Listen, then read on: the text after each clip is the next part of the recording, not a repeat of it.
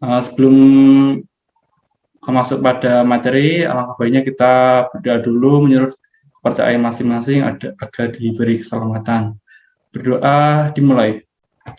Selesai. Pada kesempatan ini kita akan menggunakan pembelajaran secara sinkron, yaitu menggunakan Zoom. Sebelumnya itu kita sudah menggunakan LMS dengan model pembelajaran asinkronus. Oh iya, saya absen dulu ya. Kalau bisa kameranya dinyalain biar nanti kerekap. Semua enggak. Yang penting pakainya rapi nggak apa-apa. Cuma formal itu saja. Intan Kristiani.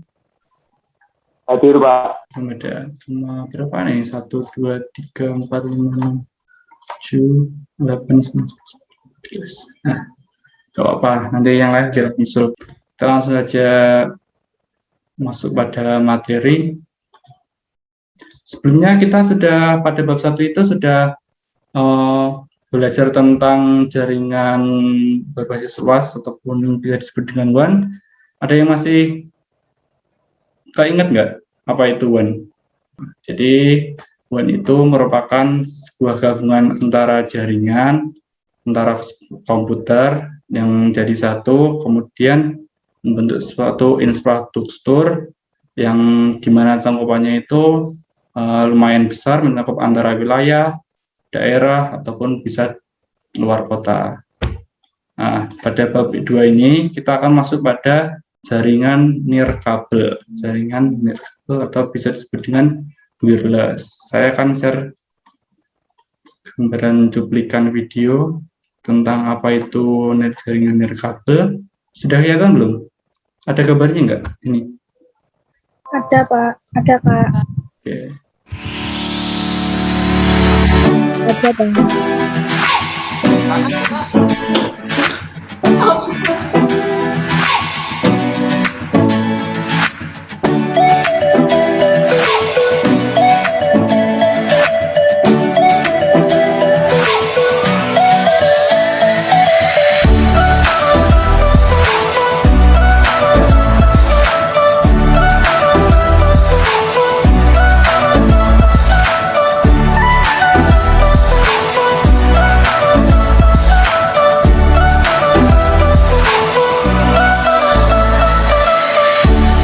So on. Wi-Fi network is built with the help of several hardware components like wireless access points or routers and user devices like mobile phones, tablets, laptops, etc., which are equipped with Wi-Fi adapter. On the other hand, the wireless router is connected to the internet via a physical connection, that is, with a fiber cable or with an analog line which uses a telephone and a modem, which is then connected to the wireless router. Modem or modulator and demodulator is needed for analog to digital and digital to analog signal conversion. The Wi-Fi router then connects to the end devices via radio waves to establish an end-to-end internet connection. Here, the wireless router receives the data from the internet, translates it into the radio signals, and sends it over the wireless network to the connected devices. The same process also happens in reverse. Jadi saya terangkan dulu. Jadi ini merupakan device. Nah, ini yang tengah-tengah ini wireless router ataupun bisa disebut dengan wireless yang menghubungkan antara device ini kemudian dengan internet. Nah, World Wide Web ini salah satunya sebagai provider itu bisa dikatakan yang sekarang sedang booming itu di Indonesia itu ada IndiHome, ada Netmedia, ada apa itu? Fresh Republic itu juga ada. Kemudian ini provider ini kita salurkan di sini yang ataupun bisa di rumah-rumah itu. Nah, kemudian kita baru ke end user device. Nah, ini seperti itu gambaran cuplikan video singkat tentang jaringan nirkabel. Kita akan masuk pada PPT-nya.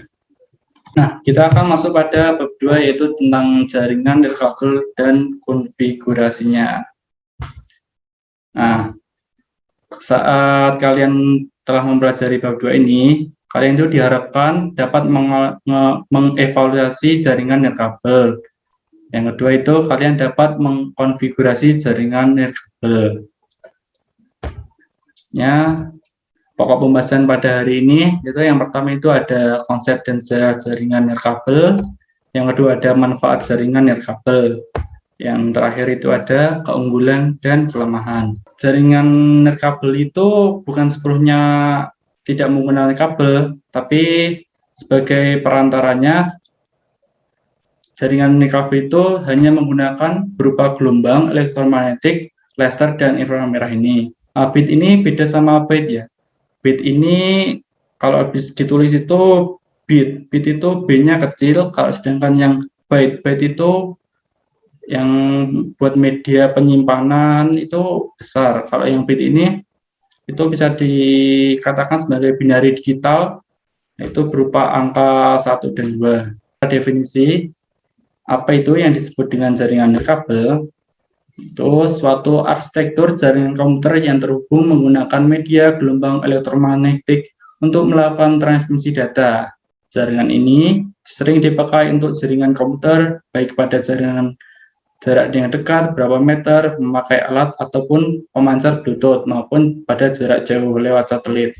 Nah, kalian udah pernah praktik belum jaringan nirkabel ini? Pernah diajarin sama Pak Pitoyo?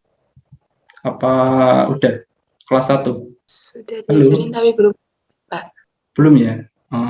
Padahal itu nanti kalian itu bakal diajarin tentang setting router, air grid, ataupun mentransfer data transmisi dari rumah ke rumah.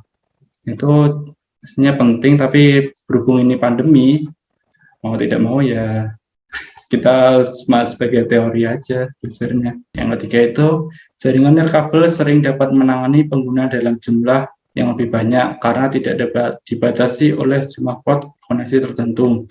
Nah, pada jaringan LAN itu kan ada kayak hub itu kan, nah itu kan biasanya buat klien-klien. Nah, sedangkan kalau yang jaringan wireless ini, ya itu tidak memerlukan hub, cuma memerlukan IP address, kemudian alamat address pengguna device yang sedang digunakan. Nah, itu bisa disetting lewat routernya, berapa kapasitas pengguna, itu tergantung kemauan servernya. Kayak ada hacker membobol wifi, terus kayak itu apa, kalau misal orangnya tahu IP address kalian, nah itu bisa diubah password. Nah, kemudian ketika jaringan wireless ini ada trouble, itu lebih mudah daripada memperbaiki jaringan kabel. Nah, kalau kabel itu kan harus mengcramming ulang, men-setting ulang pada router, men-settingnya pada server. Nah, kalau jaringan wireless ini hanya men-setting pada router, dan servernya itu cukup memantau aja. Sampai sini ada yang belum paham? Nah, untuk pertemuan kali ini, kalian mau tugas apa, quiz, apa resume? Resume aja, Kak. Resume. Resume aja, Pak. Resume-nya. Resume itu nggak usah banyak, cukup setengah lembar buku tulis saja. Nanti kalian foto, kayak pertemuan pertama itu kalian foto, kemudian ataupun bisa di-scan, nanti saya akan sediakan Google Form, kalian tinggal submit. Yang pertemuan 1 itu kan udah selesai. Nah, itu kan ada quiz, ada ujian.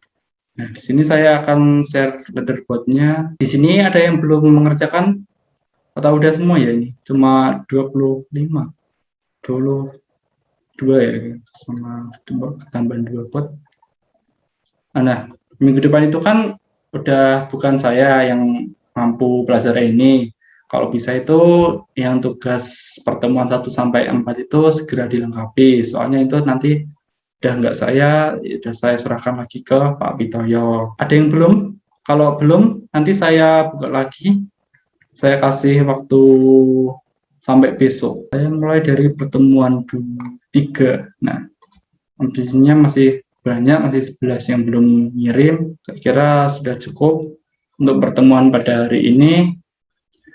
Nah, saya banyak mengucapkan terima kasih kepada kalian karena telah memperhatikan, telah mengikuti pembelajaran asinkron maupun sinkron secara rajin.